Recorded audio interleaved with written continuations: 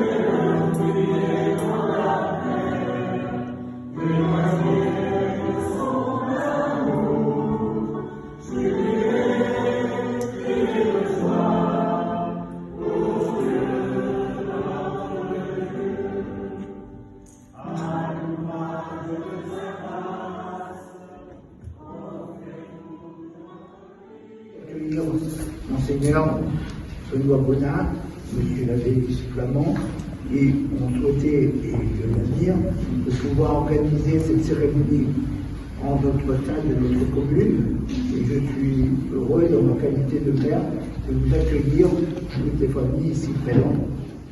Merci, Monsieur le maire, pour vos bonnes paroles, vos vœux, que j'accueille avec gratitude et reconnaissance en même temps que je les formule à vos proches, ainsi que toute la commune dont vous avez le souci, la charge.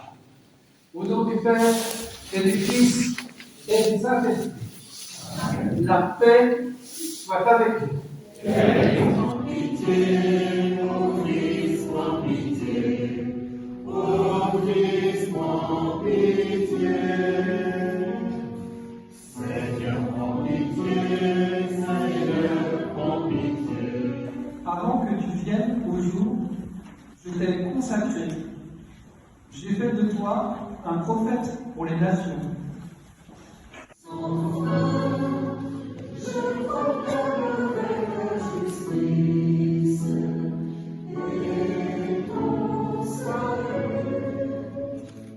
Il ne s'emporte pas. Il n'entretient pas de rancune. Il ne se réjouit pas de ce qui est injuste. Mais il trouve sa joie dans ce qui est vrai. Alléluia, Alléluia, Alléluia, Alléluia, Alléluia, Alléluia, Alléluia. Le Seigneur m'a envoyé porter la bonne nouvelle aux pauvres, annoncer aux captifs leur libération.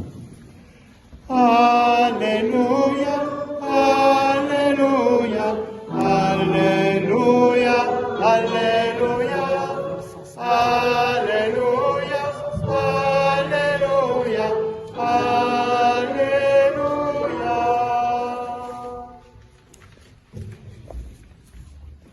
Le Seigneur soit avec nous. Évangile de Jésus-Christ selon saint Luc.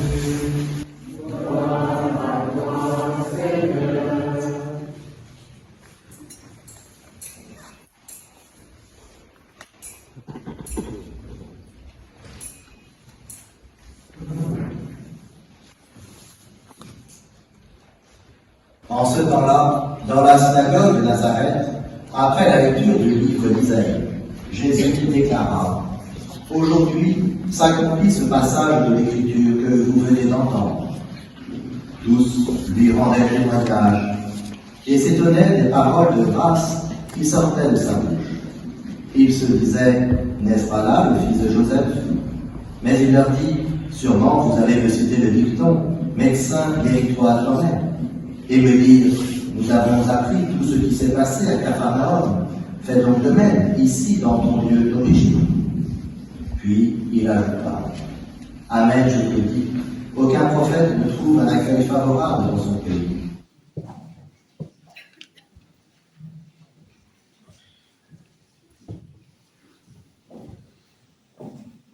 Chers frères et sœurs, chers jeunes, je voudrais commencer par une question qui m'a été posée tout à l'heure alors que je rencontrais un autre groupe de confirmants. Et la question de l'un d'eux, c'est celle-ci. Quelle preuve avons-nous que Jésus-Christ a existé? Oh. Alors il me dit ceci. La preuve que Jésus a existé, c'est vous. C'est nous. Alors, on peut apporter des preuves que Jésus a existé parce que Flavius Joseph, Tacite et d'autres encore en parlent, qui sont des écrivains non chrétiens et qui parlent d'un certain Jésus et de ses disciples, enfin, etc., etc. Donc on voit qu'il y a une réalité historique d'un certain Jésus. Jésus-Christ, Jésus sauveur, Jésus qui peut habiter le cœur d'un homme et qui peut le transformer, qui peut modifier, changer sa vie, c'est les chrétiens qui le disent. La théologie peut nous dire des tas de choses.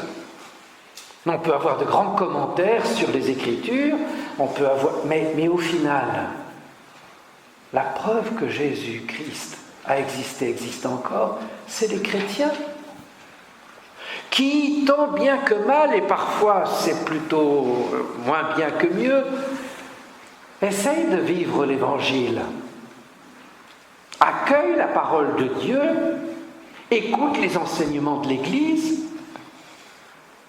et essayent de vivre selon l'Évangile de Jésus-Christ. Alors c'est mon grand vœu pour vous.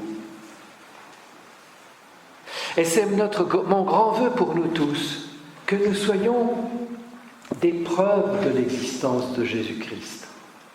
On va dire, si le mot preuve fait un peu peur, on va dire des signes, des indices sérieux, comme on dirait en justice ou dans une enquête de gendarmerie. Ça, c'est un indice qui pèse lourd, que nos vies, que nos témoignages soient des indices, des manifestations de l'existence de Jésus.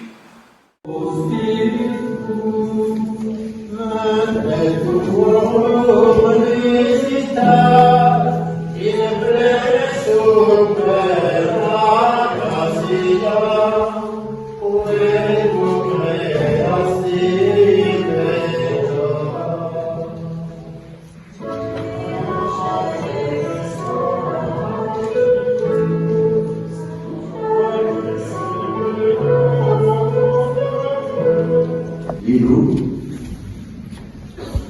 Naomi, Noémie, Margot, Maxence, Sénène.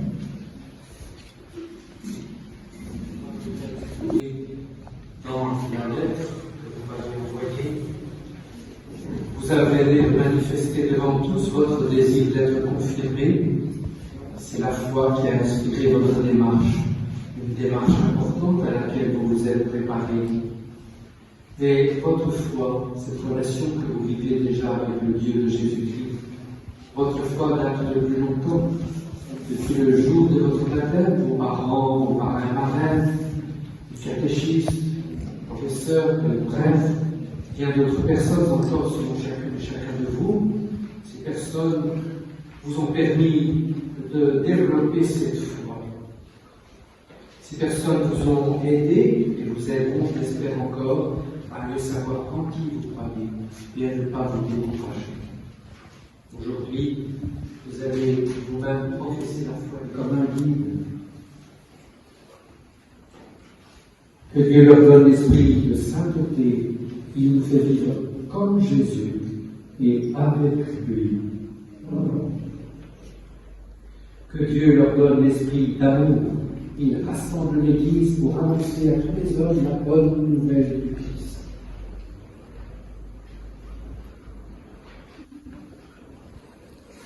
Dieu très bon, Père de Jésus le Christ, notre Seigneur, regarde ces baptisés sur qui nous imposons les mains.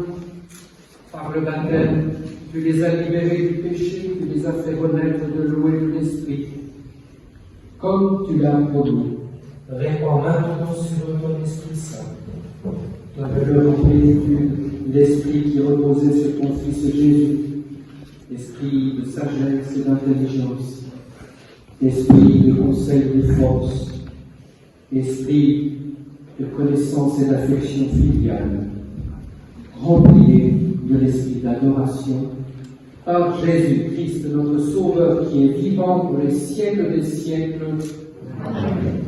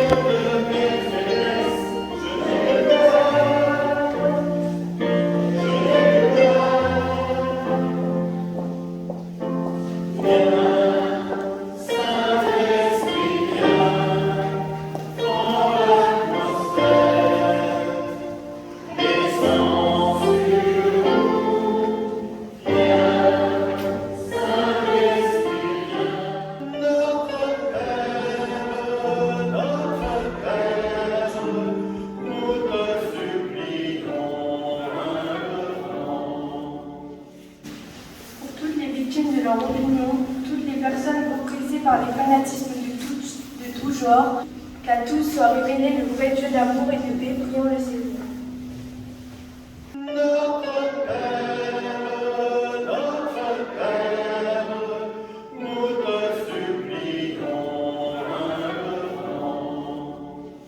Nous étions persécutés à cause de leur foi de par le monde, prions le Seigneur.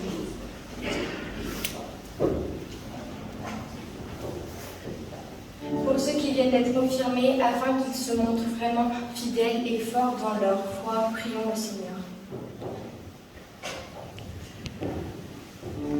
Pour notre paroisse et pour ceux qui prennent les jeunes dans leur découverte et leur expérience de la foi, prions le Seigneur. Pour les vocations sacerdotales et religieuses, afin que de nombreux jeunes connaissent la joie de consacrer leur vie au Christ, prions le Seigneur. Pour tous ceux qui communieront aujourd'hui, afin qu'ils puissent toujours avoir cette source, la vraie vie chrétienne et charité agissant, prions le Seigneur. Notre Père, nous te supplions humblement. Nous pouvons nous laisser comme guidés ou éclairés par les trois passages de l'Écriture que nous avons entendus tout à l'heure. Et qu'est-ce qui nous est dit ? Quand on connaît un petit peu les Écritures, Et quand on voit comment les chrétiens sont traités dans le monde, on peut se dire, ouh là là, c'est bien compliqué d'être chrétien. C'est bien difficile d'être chrétien, c'est même impossible. Puis alors avec les coups qu'on prend maintenant, je ne sais pas si ça vous est arrivé, si peut-être sur la cour de récréation, à la sortie ou à l'entrée du collège, éventuellement vous avez eu à parler de votre foi chrétienne et quelle réaction ça a suscité. Mais parfois c'est la moquerie, c'est la raillerie, et autre chose encore. Donc on peut avoir en tentation de dire, c'est trop compliqué, jouons-la modeste et discrète, même cachée, secrète, et comme certains le voudraient, essayons d'être chrétiens, mais surtout que ce soit connu de personne. Éventuellement chez soi, et puis ou bien on va une fois de temps en temps à la messe à l'église. Mais non, nous l'avons entendu dans ce premier passage de l'Écriture, je t'ai consacré, c'est-à-dire que tu as du prix à mes yeux. Ce qui est sacré, c'est ce qui appartient à Dieu. C'est-à-dire, déjà, tu es mien. Non pas comme une chose que je manipule, mais comme quelqu'un que j'aime, vers lequel je vais, à qui je veux partager ce que je suis. J'ai fait de toi un prophète pour les nations. Et c'est là que les choses se corsent. Parce qu'il dit, je fais de toi un prophète, c'est-à-dire, je ne te demande pas simplement de vivre, mais de vivre de telle manière que je puisse dire à travers toi ce que je veux dire à tout le monde. Mais pour parler à tout le monde, il faut que je commence par parler par quelqu'un, et je voudrais bien commencer par parler par toi. Au jour de notre baptême, nous avons été baptisés au nom du Père et du Fils et du Saint-Esprit, et le prêtre ou le diacre nous a dit « Tu es une créature nouvelle, désormais tu participes au Christ, prêtre, prophète et roi. Prêtre pour offrir à Dieu l'humanité dont tu es membre.